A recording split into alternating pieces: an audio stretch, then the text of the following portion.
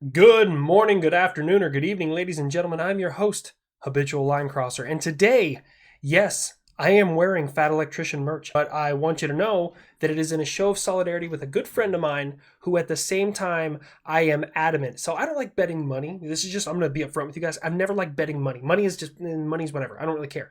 I like betting things, and I am bound and determined to bet that man his beard. I don't know what I'm going to have to put up, but I want to bet that man's beard. It's gonna be delicious. That came out weird. Anyways, this video today is about 5 things that the Army is kind of silly about. There's gonna be some of you that are like, oh man, we're finally getting him. He's gonna shit on the military. Not necessarily. There are things that we get wrong, but I'm also gonna explain some of the things that we're starting to do right to get these things to work the right way. The first thing is this hurts me saying this. Every year annually, most Army installations spend in the millions maintaining their gyms and equipment. We are not allowed to go to the gym for PT during PT hours. They have a several billion-dollar gym that they built a couple years ago, and we are not allowed to utilize it during PT hours. The Army has gyms all over the place. Why can't we use them for PT? They would much prefer us being out in the cold during PT hours for reasons that I still don't fully understand. And I live by this, and I will tell you like straight to your face, there is zero training value in keeping people cold during PT. Keep me cold while I'm working on my equipment, while I'm doing my job, that's fine. That teaches me to operate in those kind of conditions. That makes sense. But making me do push-ups in the snow has zero training value. Oh, it'll get you used to it. Yeah, you know what else will get you used to it? Losing fingers and toes to cold weather injuries. Now, I will say the logic behind this is most installations, like even this one here, which is a kind of a smaller installation in Oklahoma, we have around like 15 to 20,000 troops here. And there's 4 gyms on base. So I get it. It's illogical. Like, you can't have everybody going to the gym every day for PT. But I guarantee when you do go in there, you're going to find people in privileged positions as shops in the gym. You're going to find certain command teams in the gym. And then you're going to find people who find a way to skate out of PT in the gym. And those are the ones that irritate me the most. Like the ones, you know the ones I'm talking about. The ones that got their headphones in and they're walking around the track, but they're not actually like walking to push themselves. They're just strolling along talking to their friend. Because every time I go to the gym, like I don't like having to get up and do PT. I've never been a fan of it, but if you're going to make me go there, I'm going to put that rage into my workout because that's the person that I am. So I'm going to push myself until I vomit because that's me. But those people who just stroll on around, you guys want to do PT today? I'm going to stretch. My chest is still sore from Monday, and I went to one of the gyms we have where I work because I was unsupervised, and I went there and I got a very good workout. My chest is still sore, and right now when I'm videotaping this, it's Wednesday, and I'm still sore from Monday, which is good. It's a good thing. Is it a great idea? Kind of, because it keeps people out of there doing nothing. But it still frustrates me. It still gets me. Moving on. And just like that, I change. Ladies and gentlemen, I have partnered with Supps. What is Supps? Well, let's get into it. Supps comes in many different flavors. It is a delicious energy drink alternative, but here's the kicker. 0 sugar, 0 carbs, and keto friendly. So, this little tub right here of So Depressed Despair, not to be confused with Grandpa's Ashes. I found this funnier than I probably should have. There's 100 servings inside this bad boy, so if you're like me and you're out in the field about day 10 when nicotine and caffeine start becoming currency, you are set up as long as you have access to water. We always have access to water. Where would I be if I wasn't trying to hook you guys up? Well, if you use the promo code HABIT in the next 24 hours, right now is December 2nd. If you use it in the next 24 hours, you get free shipping. You click on the link in the description of this video, it'll take you to Supps' website right to their free samples, so you're getting free samples with free shipping to your door, free of charge. You can try it as much as you would like to, but if you're watching this after that first 24 hours, don't worry, I still got you. The promo code still works. However, it'll only cover you for 10% off your total order. But go ahead and give it a shot. I really enjoy this stuff. It's enough for a pick-me-up in the morning, gets me going where I need to go. Let's not forget Sus Snacks. These bad boys right here, 100 calories, 8 grams of protein, less than a gram of sugar, all the stuff to keep you going with nothing to slow you down. Go ahead and check it out. Well then, on that case, without further ado, back to the video. Number 4. And I think this is the military in general. This isn't just the Army. They have to have an answer, a reason for everything. Now, to you civilians out there, you might be like, well, that doesn't, I mean, having a reason kind of makes sense, right? You should have a reason. Sometimes the reason is the individual makes a dumb decision, and that's not considered a reason, right? I learned this, right? So when you're a sergeant, you have to answer for grown men who decide that they're going to go drink and drive. Right. And if you're a civilian, you're like, well, someone gets a DUI at work, so what? It's on them. It's not my fault. I'm their manager. I mean, no, in the Army, it absolutely matters, right? So then you're standing on a command sergeant's major, I got to pluralize that correctly, carpet, and you're explaining to them, back then I was like, prim and proper parade rest and star major. I understand the individual had this deficiency and made a poor decision. I will do my best to put in controls and ensure that this doesn't happen again. And I've been doing this for so long that, like, when I walk in, I'm like, what do you want me to do, boss? Fucking, well, why did this happen, Sergeant? Fucking, he ate paint chips as a kid. No, you don't like that? Okay. He drank diesel. No? Okay. Possibly did a line of some controlled substance in the barracks before he left. No? Okay, that's not going to go. His parents are related. How about that? No? All right, fuck. Like, at this point, sometimes, and I really, I love the Army so much, but sometimes, why am I answering for another grown man's decision? Who you're then going to march in there and make them answer for their own decision. But why do I have to answer, first off? Just march them in, read them the riot act, fucking move on. But then when something happens, they have to put controls in place. They have to. And that is their answer for everything. And we've been doing this for over 200 years. And do you know how many times people have screwed up in 200 years? A lot. Like a metric lot. Okay? A fuck ton. But every time something happens, we have to put a control in place so that it doesn't happen again. And no one wants to be that guy. I'll be that guy. I'll raise my hand and be like, this is dumb. We're adding a control in place of another control. Real talk. There's certain places that I've been to where you can have a year-long draw, deliberate risk assessment worksheet. Covers you for the year. All the risks associated with what you're doing in that profession in that year. And somebody says something happened, so now you have to do the year one and one every single day. So the one every single day matches the year one, but now I have to have both of them. You see how that makes no damn sense? When I enlisted in 2009, you could dispatch an Abrams main battle tank. A fucking tank, right? 72 tons, 29 feet long, 12 and a half feet tall, 9 feet wide. I'm not sure how wide they are, right? Just this massive piece of machinery in 5 minutes. Hey, I need to dispatch my tank. Oh, okay. Little PLL clerk, and boom, you got your tank. Now, oh my God, it is a full day event if you want to try and dispatch something in the military. And everyone who's in right now will be like, no, that's really the way it is. Because now, it used to be, you do your PMCS, your checks, right? You check the equipment, make sure it's all functioning and it starts and it works, right? You go through, there's a book that tells you, hey, check the oil, check the tires, check this, check that, right? And it's literally idiot proof.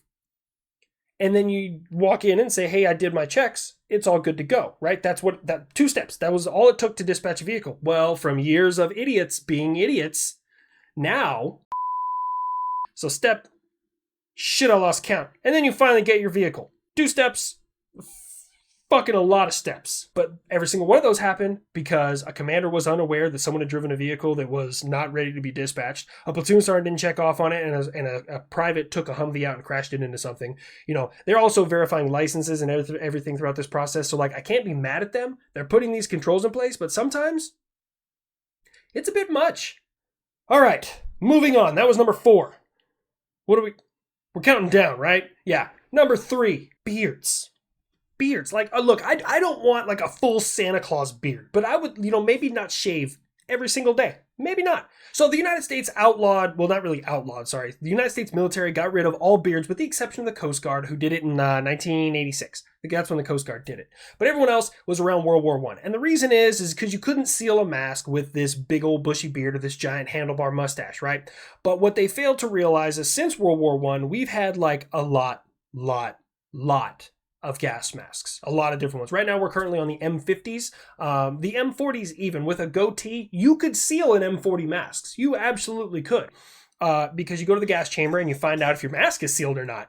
And gas chambers are a lot of fun because what happens in a gas chamber is you're exposed to CS gas. And CS gas is tear gas. That's really what it is. So I walked in, and you couldn't see anything, right? It's not smoky like you think it is. That's just not the case. But I had my gas mask on and just shaved that morning, and my whole neck started burning. And I was like, there's something in here. And then they say, okay, you're going to peel open your mask and you're going to close it and you're going to clear and seal it, which is when you cover your canister, whichever side it's on. This is the M40s, and you would cover the edge of your canister. You would exhale, and that blows all the air out from inside your mask and kind of clears out the seal.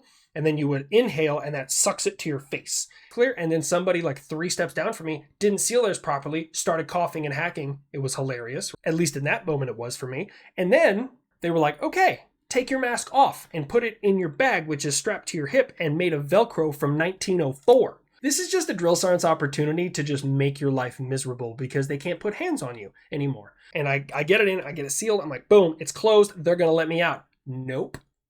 Then they start asking you questions. What's your name? What's your social security number? What's the first line of the soldier's creed? And they're in your face. And you're like, oh, I got this. And as long as you're exhaling, you're on frickin' cloud 9. It's like, this isn't that bad. Like you're blinking. You're like, oh, my eyes burn a little bit, but this is awful, right? This is fine. I'm good.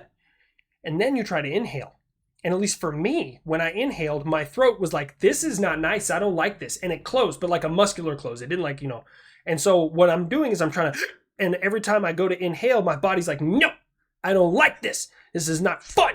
So I can't inhale, but I'm trying to inhale so badly that like every time I do and my throat closes, I inhale CS gas into my stomach. That's a little secret we'll keep for later. And so at this point, all the air that I can get into my lungs, I'm using to yell because it's miserable. I can't see anything. I got no like snot running down my face. Anyways, it's awful. A little while later after that though, sorry, and then I'll get back to beards. I was like, oh, I'm finally clear. We get out of there. You're like, oh, cool, I'm good. And then you like burp and you burp out CS gas and it hits you all over again because I inhaled it into my stomach, which is not fun.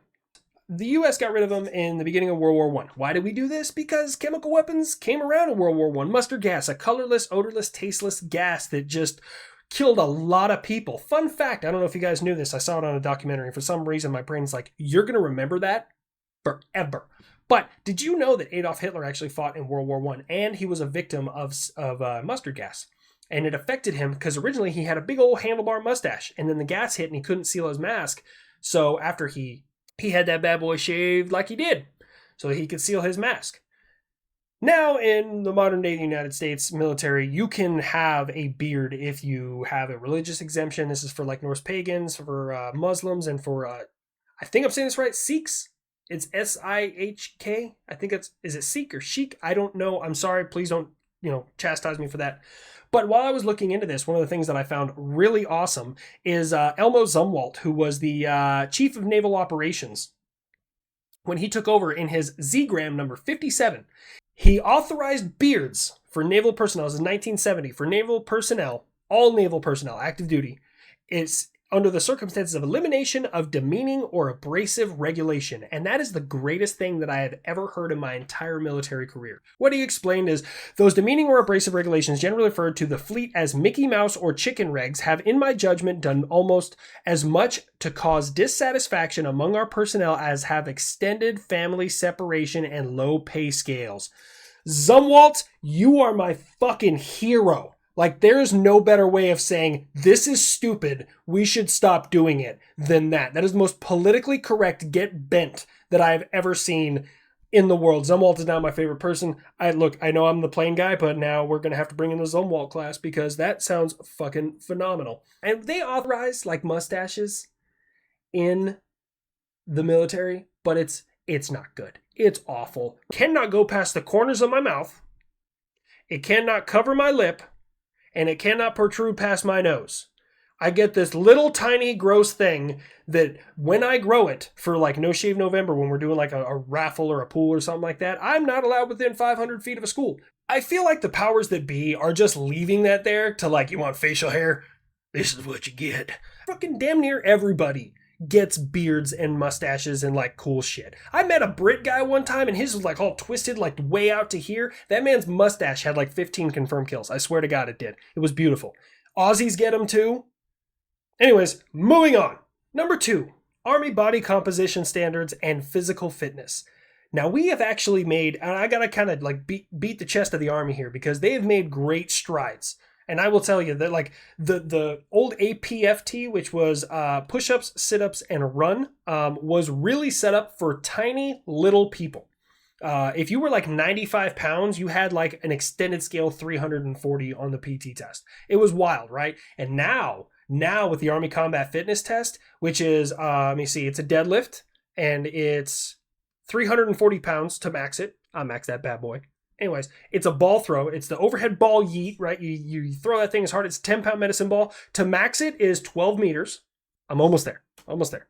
After that is the hand release push-up, which you think sounds easy because every time you're laying down on the ground, right? Like you do a push-up and then you lay down on the ground, you put your arms out, and then you bring them back in and you do another push-up. And you think like you're laying on the ground with each rep.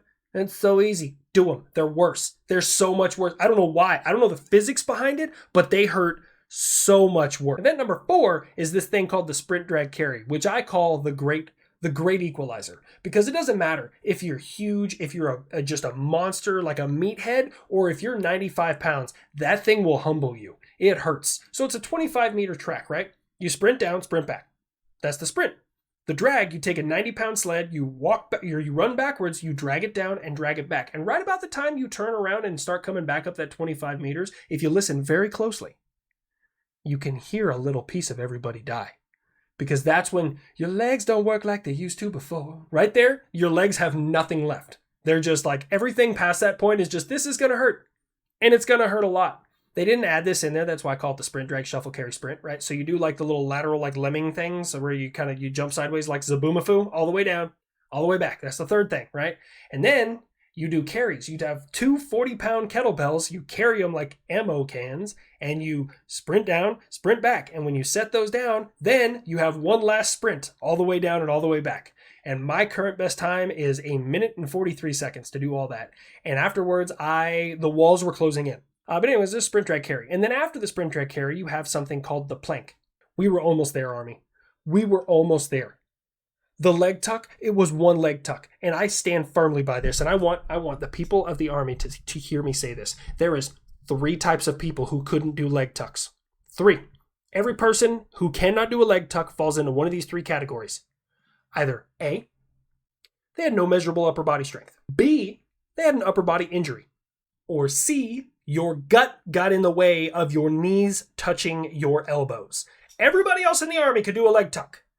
But those 3 people are the ones who ruin it for everyone. So now we have the plank. And the plank is arguably, to me, it is my worst event. I struggle barely to pass that thing. And I do planks on my own. And I train planks to try and, because the best thing I can do to tell the Army what they came up with is dumb is to max it. So like that, by the way, if you ever want to teach the Army a lesson and be like, what you're doing is stupid, just crush whatever they're throwing at you. That's the easiest way to tell the Army, like, this is dumb. See how easy this is? You should feel bad. Let's do something else, right? So I wanted to crush it. So far, it hasn't happened. I've been doing planks a lot, and I struggle. I really struggle with the plank. So not my greatest event. And then the last thing is a 2-mile run. I don't know why we need to do a 2-mile run after we've already just ran that far. A lot of those are in the right direction, except for that fucking plank. I hate the plank. I hate it. I'm going to max it. Army, listen to me. I'm going to max that plank every single time because I want you to feel bad for your decision. Anyways, the ABCP, the Army Body Composition Program. Now, I did want to look into this one because it's actually, at first, I didn't like the way they were going with the Army Body Composition Program. It used to be called the Army Body Fat Program. What they did is they studied. They wanted to find out, like, are they helping people? My entire time I've been in the military, I've been taped because the Army Height and Weight Scale says that I should be at 6'2", I should be 205 pounds, according to the Army. My chassis ain't built that way, homie. I'm full box frame suspension, right? Like I got, 5-ton axles up underneath this bad boy. Like I'm just never going to be there, right? Right now I'm around between 215 and 220 is usually where I bounce around. And I don't think that I'm fat. Maybe I am. I don't know. So they always tape me. Now for males, it used to be you tape around the abdomen and you tape around the neck. And men got away with murder if they had a. Females, they would tape their hips, tape their waist, and then tape their neck. So for them, it was 3 measurement points. And for those females who had a little tiny waist and a decent sized neck, they got away with murder. But for females, it was a little harder to beat the test, right?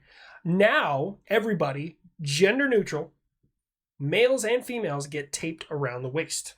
And based off of your waist tape, your body weight, they have a little chart in the regulation that shows what your percent body fat is at. Now, if they're outside of that chart, you got to do some math. It's a pretty long algorithm to do, and it takes me a little bit of time, but I usually got a little calculator there and I can go through it. But the chart, it's kind of weird because at first I was like, man, I got to lose weight. I got to lose weight so I can make this single position tape test, because all I paid attention to was the weight. But the way it's written, it actually is beneficial to have a smaller waist and weigh more, which is a little strange, right? Because everyone's like, well, how does that make sense? Because they realized that a thinner waist and weighing more usually equates to the human body having more muscle mass, therefore in a stronger form than other people who had a big old beer belly and weighed less than somebody who, like, this is the thing, if you take somebody who's 240 pounds and they're heavy, like they got a big old beer belly, and somebody who's 240 pounds of lean muscle, measure their waists, you're going to find that one of those is just healthier. And it's not about necessarily health, it's about you must meet the physical demands of combat. And this is the reason we went through this change, is because we realized that the lightweight, thin guys who were really helping us in World War II didn't have the frame build and the muscular strength to do what we need them to do now. I was in Afghanistan and I had at one point in time a 200-pound rucksack. That's a real thing. That is a real thing that we carried. We actually had one guy blow out his back from having too much weight on his back. It's a real thing. You need to have a stronger fucking framework now. And they realized that being light on your feet, being able to run fast and do a whole bunch of push-ups isn't a show of physical fitness. So they changed the physical fitness standards. They changed the height and weight standards. Honestly, I think the height and weight standards are really good, because I know a lot of senior leaders in certain positions that have a big old horse neck and a big old beer belly and tell everyone, I passed my tape. It's about to be the thinning of the herd. There's a whole bunch of people who are going to be just getting their walking papers real soon when this thing comes full circle in the beginning of fiscal year 25. And number one, probably the biggest thing that I've ever had to deal with in the military, and I can't find any data on it. I've been scouring the internet. I found no logic to it aside from like weird, like cool guy tactical videos. The average Army combat uniform has 12 pockets on there. You're not allowed to put your hands in your pockets. I don't know why. Other branches can put their hands in their pockets. Why can't I put my hands in my pockets? And like the one thing that I did see that it comes back to is, well, it looks unprofessional. Yes. Because losing fingers to frostbite is a telltale sign of a real professional. Let me put my freaking hands in my pockets. It makes no sense. There is zero logic there. I can't, I want to defend the Army. I want to be on the Army's team here. Give me some ammunition. Explain to me why I can't put my hands in my pockets. Give me a logical reason aside from the scapegoat that is professionalism. It was a little bit of a long way of getting there. So as always, do not give in to the 22 a day. Every single one of you are amazing, and I will see you guys right here next time. Play me out.